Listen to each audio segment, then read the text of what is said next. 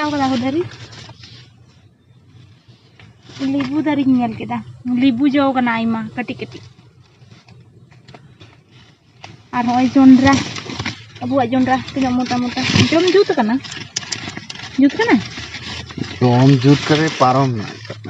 हाराम ना बिली अपनी साम नेल में बांग बनु मिटे हो जम लेका अपनी साम मिटे बनु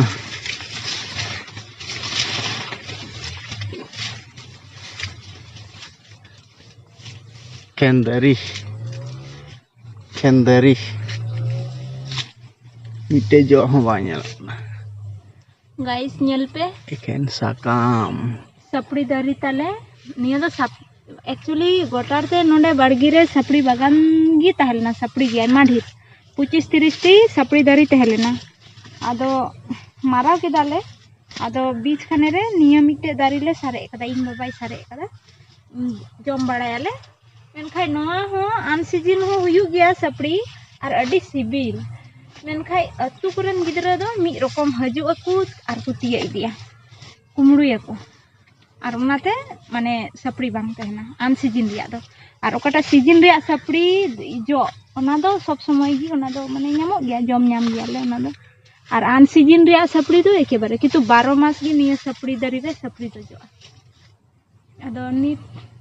तिहिन गी बोले हेज लेना को पिया पुनिया गिदरा सपड़ी इदी कुमड़ुई को हेज लेना इन बोन कुड़ी उनी नाम ले को दो तीन गान चों उनको को गोद इदी कदा ताहे लेना नितो मा मिटे हो बन मन कन जो दो मिटे हो बनुआ जागी जो ताहे लेना जतो को तिया इदी चावा कदा को माने आन सीजन तो ओनाते आने दा जोंड्रा गुडा तला रे हेना अरे नितो दो जोंड्रा गुडा तला रे चेदा से बड़गी बुन बिना केदा लहा दो बागान तहे कना माने हाना नवा चास दो बांग हुयु कान थना डायरेक्ट बागान गी तहे कना सपड़ी बागान गोटारते बड़गी रे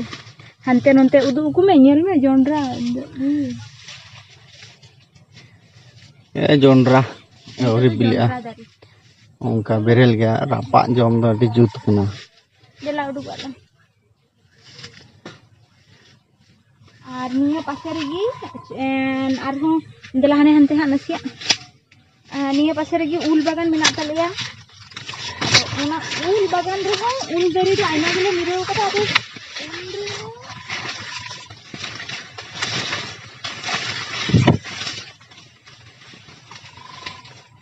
निया तो कना उल बागान नोंडे हो दारी संख्या ते दो ढेर गी तहलेना मेनखाय होय दा रे ओका दो का बछो दो अडी आट होय दा कारण ते दारी को रपु बड़ायना और दारी दो एनी तिति गी हराव कना नित धरी दिए एमान रे उल दारी गी इयेना बनु आनी तो दो बड़ी ना आदो हेनी ने उल दारी सारे एकना एन हो मोटा मोटी 20 टी गाय दारी दो पसे हुयुआ 20 टी गाय दारी दो 20 खोय 22 टी इंगा गे हुयुआ पसे दारी आदो निया को दारी हो ठीक ठाक फलन बाय एमे कानते होय नेल पे निया दारी रे फलन गी बनुआ माने जुदी ट्रीटमेंट ए नाम खाय टाइम बाय टाइम उल जो लहारे तबे गी फलन एमा आर बांग खाय दो बांग ठीक ठाक फलन एमा खाय दो बांग आदो ओनाते निया बार पासे आले ओड़ा रेन मेन दकु जे निया को दारी दो जतो को अखरिन चाबाया आदो 30 को अखरिना ओना दो मस्त बुन बड़े मेनखाय इन बाबा इंगो को बना हर किन लई कदा जे निया उल बागान को मिरवा बांग तहन तले नोआ बागान दो आर होयतो मिटे बारिया हा पासे दारी किन दोहया ओका को दारी रे होय पे नेल कान एकदम पूरा फाका निया लहारना वीडियो रे उदो आपे थनो जे जोंड्रा चे लेका नष्ट कान तिया आ नोते हो जोंड्रा हे जोंड्रा नष्ट उदु लेदा निया करे मुठों का तोस नस बिना बड़ी चबाव फलन बांग हुई लेना ठीक ठाक अडी नष्ट माने नोआ बड़गी रे एतो मज फलन हुई एतो मज बड़गी कना एतो दारी जोंड्रा दारी उनका गो चबाव और फलन ना हो मेरा मिटे देखते ना चिका जावा उनका मस्ते बिली कते जदी निया बिंदल को खाय तो जोंड्रा दारी बांग नुका को जो बांग नुका को जो बड़ी चबाव कना निये लहा रे वीडियो रे उदुग आपे थाना नोंकाते गोटा तबे गाते को आपे गे लई पे नोआ बड़गी रे मीमा उल दारी मेना दारी लातार रे होयतो ठीक ठाक फलन बांग हुई कना आदो होय जे माझ खान रे होय जे आरहो गैप मेना माने उल दारी बनुआ तो ओना को फाका नेल काते गी आले दो जोंडरा ले रोहे लेदा आदो मीमा दारी हो दारी लातार आदो ओनाते ठीक ठाक फलन दारी लातार रे मा सेरकन बडाय गिया बुन बांग हुईआ फलन आदो जाई होक नोते ना होय बांग हुई लेना मेनखा निया को जगह रे दो हुयुग दरकार हे कितु होय दा केदाय बड़ी ना नष्ट केदाय ओनागी तबे गाती को आपे हो लई पे होय दा मा मोटा मोटी कम बेसी लहा तायम जतो हर से गी होय दा कदाय आदो ओकय को नोंका आले लेका फसल निया बार आरहो बड़ी कान ताकु तापिया आइमा होड़ा लई तबुन पे आपे हो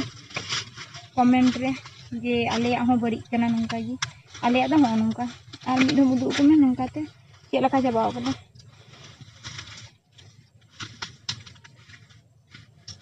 जोंडरा रे खय क्षति अड़ी बड़ी अवस्था निये बार चासी को बाद बाकी होड़ा दा कोनो क्षति दो बांग हुई कना आपे गे लई पे निंका जुदी इना मारांग बाड़गी रे निंका जुदी जोंडरा हुयुआ मिद बार निया ले फट न्यामा हा तबे निया रे तो चे नोआ बड़गी खाली एसे गी ताहेना आरकी मेनखाय मिद टाका हो निया खय दो आरजा बांग हुई लेना और उल मा तो बांग हुई लेन गी उल दारी मा होय नेल पे चे लका उल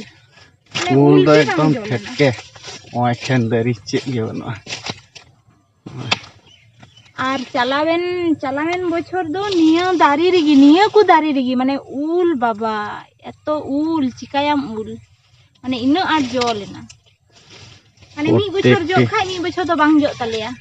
प्रत्येकटी दारी रे उल गे बनुआ काटा दारी रे उल बना नाते निया बार दले इदरिउ कना बोले आर ले अखरिंगा दारी गे मा गिड़ी काले अरे इना कटकटी दारी तिना तामो तलेया नि दो सहान भावते अखरिंग हांडे हांडे जो दो मेना गया ओंका बनुआ गोटाते दारी रे पाटे जो